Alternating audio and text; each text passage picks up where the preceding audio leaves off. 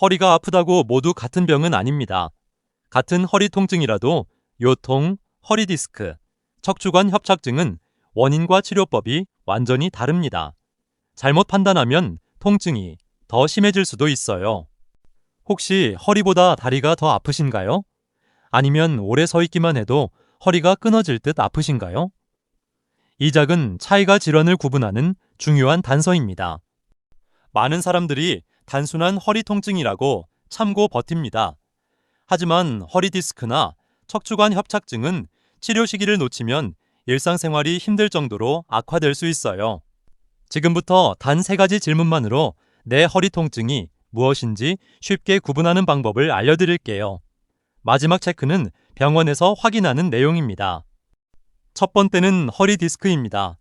허리 디스크는 디스크가 신경을 눌러 통증이 허리에서 엉덩이, 종아리, 발까지 이어져요.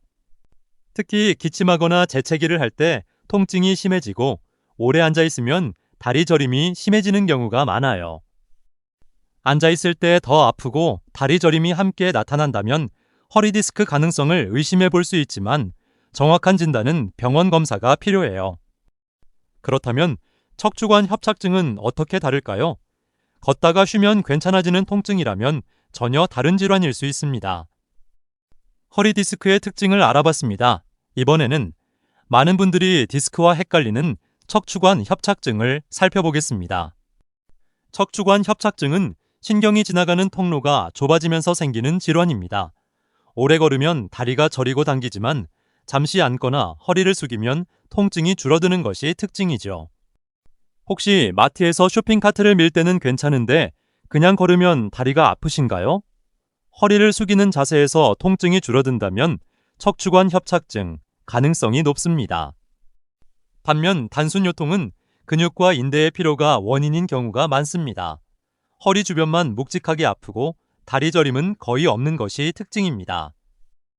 정리해 보겠습니다.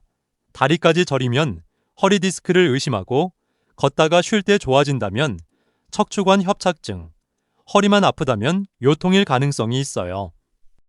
하지만 증상만으로는 100% 구분할 수 없습니다.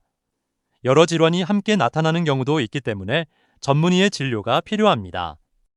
특히 다리에 힘이 빠지거나 발목이 잘 들리지 않거나 대소변 장애가 생긴다면 절대 참지 말고 즉시 병원에 가야 합니다. 지금부터 집에서 간단하게 해볼 수 있는 허리 디스크와 척추관 협착증 자가 체크법, 그리고 증상을 악화시키는 생활 습관까지 알려드릴게요. 집에서도 내 허리 상태를 어느 정도 확인할 수 있습니다. 지금부터 3가지 자가 체크법은 많은 전문의가 진료할 때도 참고하는 확인 방법이죠. 첫 번째입니다.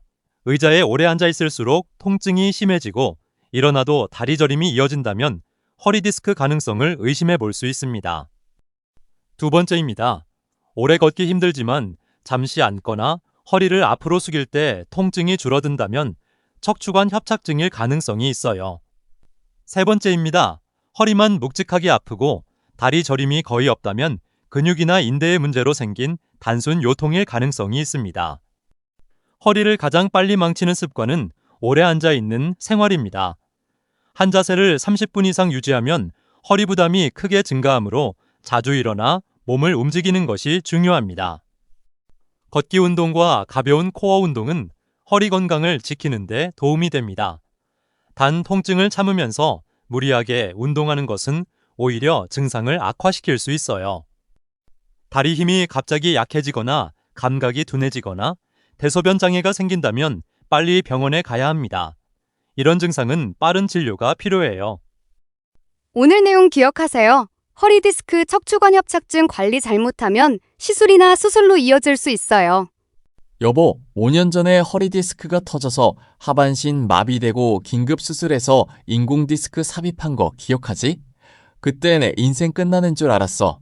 허리 관리 잘해서 이렇게 매일 자유롭게 운동하다니 꿈만 같아요.